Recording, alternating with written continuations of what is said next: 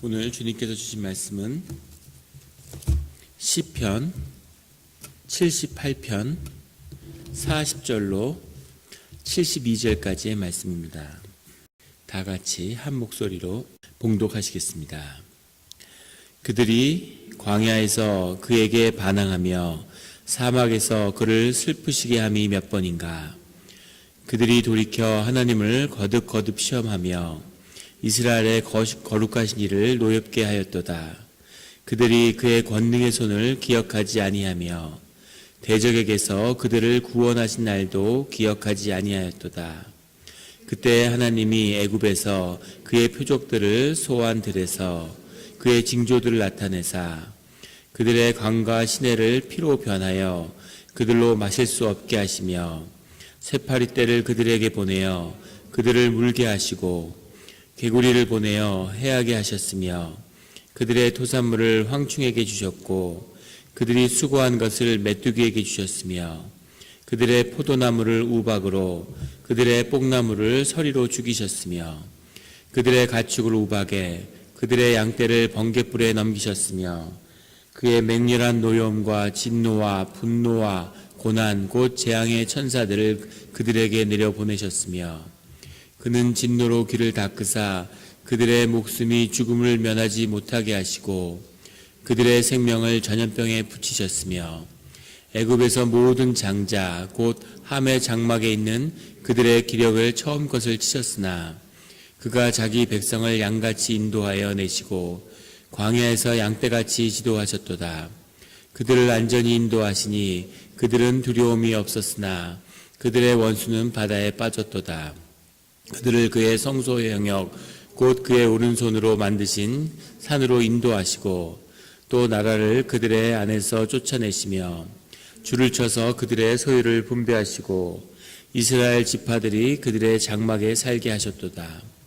그러나 그들은 지존하신 하나님을 시험하고 반항하여 그의 명령을 지키지 아니하며 그들의 조상들같이 배반하고 거짓을 행하여 속이는 활같이 빗나가서 자기 산당들로 그의 노여움을 일으키며 그들의 조각한 우상들로 그를 진노하게 하였으매 하나님이 들으시고 분내어 이스라엘을 크게 미워하사 사람 가운데 세우신 장막 곧 실로의 성막을 떠나시고 그가 그의 능력을 포로에게 넘겨주시며 그의 영광을 대적의 손에 붙이시고 그가 그의 소유 때문에 분내사 그의 백성을 칼에 넘기셨으니 그들의 청년은 불에 살라지고 그들의 처녀들은 혼인 노래를 들을 수 없었으며 그들의 제사장들은 칸에 엎드러지고 그들의 과부들은 애곡도 하지 못하였도다. 그때 주께서 잠에서 깨어난 것처럼 포도주를 마시고 고함치는 용사처럼 일어나사 그의 대적들을 처음 물리쳐서 영원히 그들에게 욕되게 하셨도다. 또 요셉의 장막을 버리시며 에브라임의 지파를 택하지 아니하시고 오직 유다 지파와 그가 사랑하는 시온산을 택하시며 그의 성소를 산의 높음같이 영원히 두신 땅같이 지으셨도다.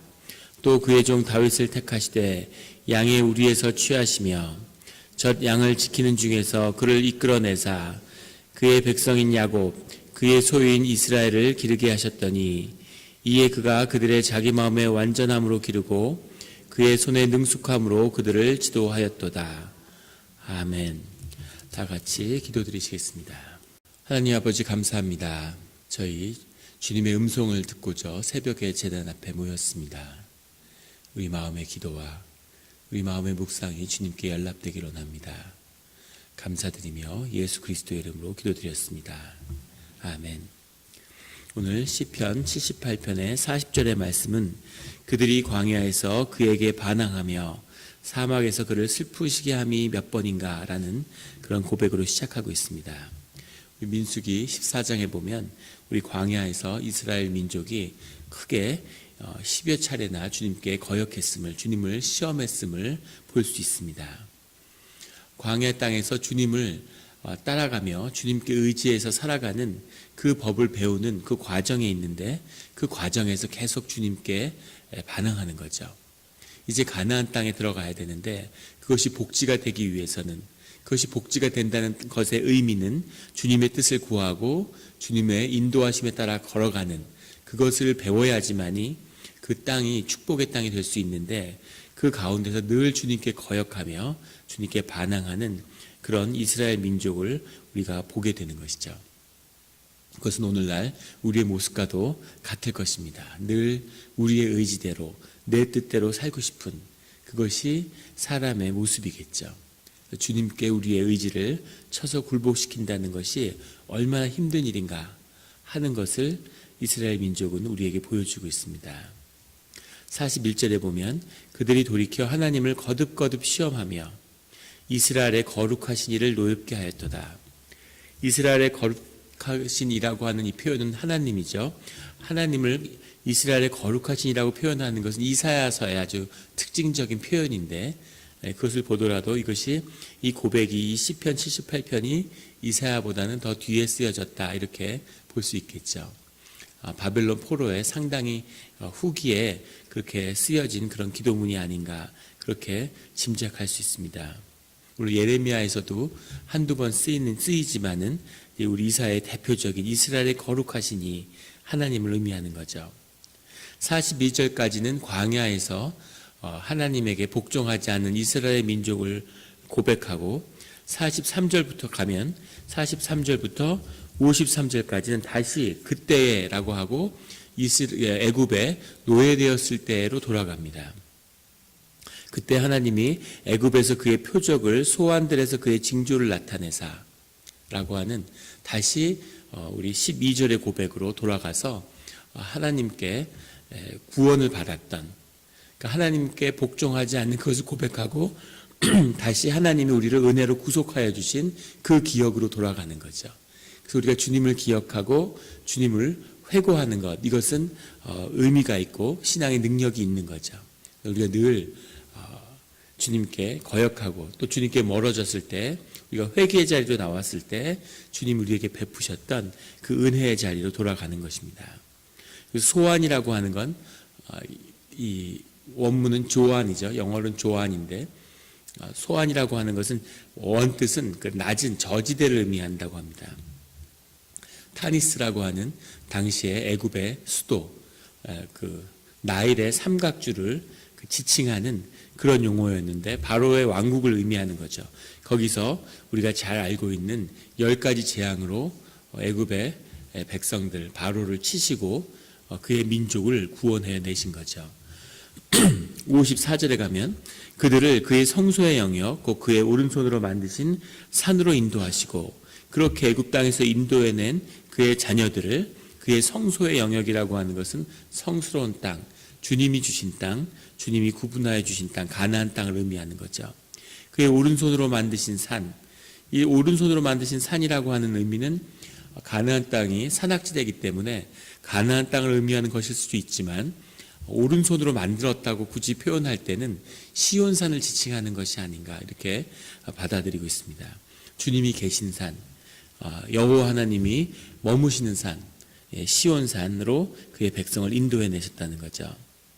55절에 또 나라를 그들의 안에서 쫓아내시며 줄을 쳐서 그들의 소유를 분배하시고 이 소유라는 말은 나할라라는 말인데 유산을 받는다, 기업을 받는다, 소유를 받는다 다 여러 가지로 해석되지만 다 한 뜻이죠. 주님으로 받은 주님의 몫이 우리에게 주어졌다는 뜻입니다. 주님이 줄을 쳐서 그의 소유를 그가 주시는 그의 선물을 나누어 주셨다는 거죠. 그래서 이스라엘 지파들이 그들의 장막에서 살게 하셨도다. 그들의 장막이라고 하는 것은 처음에 나오는 나라를 그들 안에서 쫓아내시며 하는 것처럼 거기에 살던 민족들을 쫓아내고 그들의 집에 그들의 터에 살게 하셨다는 겁니다. 이것이 주님의 역사죠. 너희가 뿌리지 않는 씨앗을 거두게 하시고 너희가 심지 않은 것을 거두게 하시고 그래서 세상에 있는 재물을 세상 사람들이 가진 것처럼 하지만 주님이 거기서 키운 열매를 주의 자녀들에게 먹게 하신다는 거죠. 그 소유를 가지게 하신다는 겁니다. 그래서 그 소유를 늘 구하며 주님 안에서 주님의 소유를 찾아오는 그것을 잃지 않는 주님의 자녀들이 되시기를 예수 그리스도의 이름으로 축원합니다. 미국의 세계 제일 잘 사는 나라죠. 그 부유를 쌓아 놓으셨다가 주님의 자녀들에게 돌려주시는 거죠. 그 은혜로운 주님을 만나시기를 주님의 이름으로 축원합니다. 58절에 가면 자기 산당들로 그의 노여움을 일으키며 그들의 조각한 우상들로 그를 진노하게 하였으며 그렇게 가나안 땅에 들어왔는데, 이 산당이라고 하는 건 바마라고 하는데 원뜻은 높은 곳 이런 뜻입니다. 그 지역에 가나안 땅의 산악지대 산 높은 곳에 그 토속신을 믿는 그런 지역의 우상을 숭배하는 그런 우상 숭배 장소들이 있었다는 거죠. 이 산당에 대한 얘기는 그 성경에 민수기 이런 데 봐도 계속 반복적으로 나오고 있는데, 결국은 이스라엘 민족이 망할 때까지 이 산당을 극복하지 못하죠. 주님이 있는데 주님의 성소를 거부하고 산당을 찾아가는 것이 아니라, 주님은 주님대로 믿는데 그런데 산당도 거부할 수 없는 거죠. 그 두 개를 같이 썩는 겁니다. 근데 우리가 성경을 보면 알 수 있는 건, 주님은 이 썩는 걸 굉장히 싫어하세요. 주님의 본성과 성품이 온전함이기 때문에 항상 온전함을 이루는 100%가 될 때만이 주님이 함께 하시고 또 100%의 사랑을 주시고 구하시죠. 그래서 이걸 하이브리드로 썩는 걸 주님이 극도로 싫어하신다는 것을 우리가 성경을 통해서 거듭 확인할 수 있습니다. 주님을 모시는데 이런 거죠. 요즘에 주일마다 교회에 나오고 예배를 드리는데, 그런데 자식을 결혼하려고 하니까 점을 보러 가는 겁니다. 이를테면 이런 행동, 이걸 계속 썩는 그런 것이 극복되지 않고 끝까지 큰 굴레가 되었다고 하는 것. 온전한 신앙, 순수한 신앙. 이 신앙이라는 건 풍선하고 똑같아요. 풍선의 비유를 자주 드는데, 풍선이 아무리 커도 우리 교회 본당보다 더 큰 풍선도 단 하나의 구멍으로 날아가는 거죠. 그래서 주님의 뜻은 온전함, 100%가 될 때만이 주님의 역사가 나타난다는 것을 우리가 늘 기억해야 됩니다. 열심히 새벽에 가서 기도하고 열심히 헌신하고 그래서 95%, 97%, 99%를 이뤄도 주님의 뜻이 임하지 않는다는 거죠. 주님의 능력이 나타나지 않는다는 겁니다. 100%가 돼야지만이. 이 산당을 제거한다는 건 주님을 온전히 믿는다는, 주님에게만 100% 의지한다고 하는 그 고백인데, 결국 그걸 못하는 거죠.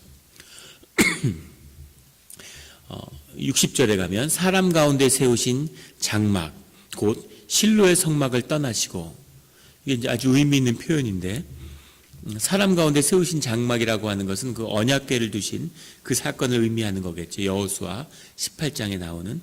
근데 실로의 성막을 떠나셨다. 실로라고 하는 것은 예루살렘의 동편에서, 성지순례 안 가봐서 정확히는 모르지만 예루살렘의 동편에 있다 그래요. 세겜으로 가는 땅 중간에 있는데, 이 실로가 에브라임 지파에게 주어진 땅이죠. 근데 이 에브라임 지파가 12지파 중에서 가장 인구가 많고 파워가 막강했던 지파라고 그래요. 근데 그 에브라임 지파가 바로 유다 왕국과 이스라엘로 이 남왕국과 북왕국으로 갈라졌을 때 북왕국의 가장 중심되는 세력이 바로 이 에브라임 지파죠. 그래서 실로의 성막이 있었는데, 실로의 성막이 결국 예루살렘으로 가는 거죠. 블레셋 사람들에게 성막을 뺏겼다가 다윗이 그것을 찾아왔는데, 그때부터 주님의 그 왕위가 다윗의 지파로, 유다의 지파로 넘어가는 거죠. 그래서 실로의 성막을 떠났다. 실로에 그 성막이 있었는데 하나님의 말씀을 지키지 못했다는 거죠. 이것은 단순히 그 언약궤를 블레셋 사람들에게 빼앗겼던 그 사건을 지칭하는 것일 수도 있지만, 모든 사건이 영적인 의미가 있는 것처럼 이것을 단순히 한번 뺏겼다가 돌아오지 못한 게 아니라 거기서 주님을 잃어버리고 다시는 에브라임 지파가 주님을 그 이전처럼 회복하지 못했다고 하는 그것을 보여주는 거죠. 그래서 그것이 결국은 뒤에 이스라엘이 회복되지 못하고 유다처럼 사마리아처럼 완전히 혼합된 중동의 5개의 나라의 그런 문화와 민족이 섞여버리는 그런 완전히 이 하나님의 전통에서 떨어져 나가버리는 그런 사건이 되는 거죠. 61절에 그가 그의 능력을 포로에게 넘겨주시며 그의 영광을 대적의 손에 붙이시고, 이 실로의 성막의 사건이라는 것이 그때의 사건이 아니라 결국은 주님의 인도하심 가운데 에브라임 지파와 이스라엘 민족의 운명을 결정하는 그런 사건이 되었다고 하는 겁니다. 62절에 그의 손을 소유 때문에 분내사, 이 소유도 위에 나오는 나할라인데 그의 소유 때문에 분냈다는 뜻이 아니라 그의 소유에게 분을 냈다는 뜻입니다. 그래서 그의 소유라는 건 그의 백성을 의미하는 것이기도 하죠. 그러니까 주님이 그의 백성에게 화를 내셔서 그의 백성을 칼에 넘기셨다는 거죠. 자신의 자녀들을 징계하셨다는 겁니다. 그래서 어려움 가운데 청년이 불살라지고 처녀들은 결혼할 수가 없고 제사장들은 칼에 맞아 죽고 과부들이 애곡할 수 없을 만큼 끝없는 시련이 시작되는 그 시작이 주님의 말씀을 잊어버리는 여기서 시작되었다고 하는 겁니다. 이것이 오늘 우리에게 주시는 말씀은 모든 것의 중심에 주님의 말씀과 주님의 임재가 그 중심에 있다는 거죠. 삶에. 이것을 잃어버리면 처음엔 이것을 잃어버려도 무엇을 잃어버렸는지 잘 모르는 거죠. 교회에서 말씀을 잃어버리고 교회에서 임재를 잃어버리고 가정에서 주님을 잃어버렸는데 그걸 잃어버려도 처음에 무슨 먹고 사는데 문제가 있습니까? 아무 문제가 없어 보이는 거죠. 사업이 성공하고 돈이 잘 벌리면 어떻겠습니까? 하나님을 잃어버렸다고 하는 것이 그것이 무슨 걸 의미하는 것인지 모르는 거죠. 북이스라엘이 망하기 전에 하나님이 그의 선지자들을 보내서 하나님의 말씀을 거둬들이겠다는 벌을 주시죠. 근데 그게 벌인지 아무것도 모르는 거예요. 아이러니한 건 그 말씀이 전해졌을 때 가장 북왕국이 흥왕하던 때라는 겁니다. 그런데 주님은 주님의 임재를 거두어 들이신 거죠. 그런데 사람들은 먹고 마시며 기뻐하는 겁니다. 그 다음에 차츰 생명이 말라가고 사회가 병들어가고 그 사회가 쇠퇴하고 그걸 돌이키려고 하지만 되지 않는 거죠. 나중에 완전히 무너져 버리는데 그때 가서도 왜 망했는지를 모르는 겁니다. 오늘날 미국이 그렇고 유럽도 그렇고 지금의 한국도 그렇죠. 한국이 20년째 성장이 멈춰 있어요. 온갖 것을 다 하고 돈을 풀고 뭐 이러면 된다 저러면 된다 다 해봤지만 점점점 깔아앉는 거죠. 그걸 돌이킬 방법을 찾지 못합니다. 영국이 무너질 때도 똑같았죠. 영국이 무너질 때도 온갖 일을 2차 대전의 승전국인데 패전국들보다 더 못 살아요. 경제가 점점 깔아앉는데 그걸 되돌릴 무슨 짓을 해도 안 되는 거죠. 그때 망한 게 아니라 그로부터 50년 전 100년 전에 일어난 사건, 하나님을 잃어버렸던 그 사건에 그 생명샘이 마른 것이 이제 나타나는 거죠. 한국의 교회가 쇠퇴하고 부패하고 타락하고 그 다음에 사회가 몰락하기 시작하는 거죠. 그것을 되돌릴 수 있는 영적인 사건이 있어야 되는데 그걸 모르고 있는 겁니다. 그러면서 사람의 힘으로 그걸 회복시킬 수 있다고 믿는 거죠. 세상에서 가장 가난한 나라 60년대 필리핀, 미얀마에 지금 세계에서 가장 못 사는 나라들 그 미얀마의 원조를 받아서 쌀을 받아서 먹고 살던 그 나라가 세계에서 아주 부유한 나라가 됐어요. 그 사건의 본질을 보지 못하는 거죠. 안타까운 일이죠. 이스라엘이 주님을 잃어버린 겁니다. 근데 65절에 그런 어려운 때 주께서 잠에서 깨어나 것처럼 포도주를 마시고 고함치는 용사처럼 일어나사 66절에 그의 대적들을 쳐 물리쳐서 영원히 그들에게 욕되게 하셨도다. 유다를 진멸한 그런 대적의 무리들을 하나님이 다시 치셨다는 거죠. 돌이킬 수 있는 계기를 주셨다는 겁니다. 그런데 67절에 또 요셉의 장막을 버리시며 에브라임의 지파를 택하지 아니하시고 요셉의 장막을 버렸다는 건 무슨 얘기냐면 야곱의 아들 루벤이 장남인데 그런데 범죄함으로 장자의 권한을 잃어버리죠. 그래서 그 권한이 요셉에게 넘어오는데 에브라임이 요셉의 아들이잖아요. 그래서 요셉을 통해서 요셉의 장막이라고 하는 것이 에브라임의 그 권세를 의미하는 겁니다. 그리고 요셉의 장막을 버렸다는 표현은 에브라임을 버렸다, 에브라임 지파를 버렸다는 그런 뜻인 거죠. 그래서 68절에 오직 유다 지파와 그가 사랑하는 시온산을 택하시며 에브라임 지파와 실로를 버리고 유다 지파와 시온, 예루살렘을 주님이 택하셨다는 거죠. 유대를 복원하고 유다가 북왕국에 비해서 더 작고 힘이 없는 나라였지만 그리고 같이 징계를 받아서 똑같이 망했지만 유다는 부활하고 이스라엘은 버림을 받아버린 거죠. 그리고 그 이스라엘이라는 이름도 유다가 가져간 겁니다. 그리고 이스라엘은 그냥 사마리아가 돼버린 거죠. 이런 주님의 역사를 고백하는 거죠. 70절에 또 그의 종 다윗을 택하시며 양의 우리에서 취하시며 젖 양을 지키는 중에서 그를 이끌어내사 그의 백성인 야곱 그의 소유인 이스라엘을 기르게 하셨더니, 이 의미는 과거에 대한 회고임과 동시에 다윗을 통한 주님이 역사하시는 영적인 역사의 본질을 이야기하는 거죠. 72절에 이에 그가 그들의 자기 마음의 완전함으로 기르고 그의 손의 능숙함으로 그들을 지도하였도다. 다윗이 회복된다는 것은 주님의 통치가, 주님의 나라가 이 땅에 임한다고 하는 그런 이스라엘과 유다의 신앙의 고백이 이 안에 담겨 있는 거죠. 이것이 메시아를 기다리는 그런 유대 민족의 고백의 중심을 이루고 있습니다. 우리는 늘 모든 것의 중심 가운데 하나님의 말씀과 하나님의 임재가 있다고 하는 것을, 이 하나님의 말씀이 임하는 이 장막을 절대 잃어서는 안 된다고 하는 것을 오늘의 말씀을 통해 보여주고 있는 거죠. 잠깐의 사건, 역사의 한순간의 사건이었던 것 같지만 그것이 모든 것을 결정하는 이런 사건이 되는 거죠. 중요한 때, 아주 중요한 때 주님을 놓치지 않는 여호수아의 고백처럼 나와 내 가족은 하나님을 택했다고 하는 그 고백이 우리를 지키는 그런 신앙의 길이 될 수 있기를 예수 그리스도 이름으로 축원합니다. 기도드리시겠습니다.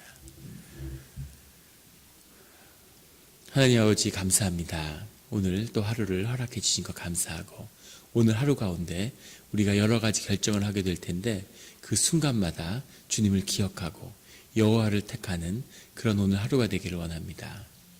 주님, 늘 주님을 놓치지 않으며 우리 삶의 가장 생명의 중심에는, 그 바닥에는 주님의 말씀이 있고, 오늘 주님의 말씀이 다시 살아나고 우리의 삶을 붙잡게 될 때 이제 새로운 삶과 주님이 인도하시는 그런 형통의 길이 시작된 것임을, 그 삶이 시작되는, 새로워지는, 더 그 축복을 더하시는 그런 오늘 하루가 되게 하여 주시옵소서. 이 새벽이 되게 하여 주시옵소서. 새벽에 제단을 찾는 그 영혼을, 그 심령을 주님이 아시오니 그 심령을 받아주시고 그 기도와 간구를 하나님 받아주시기를 원합니다. 감사드리며 예수 그리스도의 이름으로 기도드렸습니다. 아멘.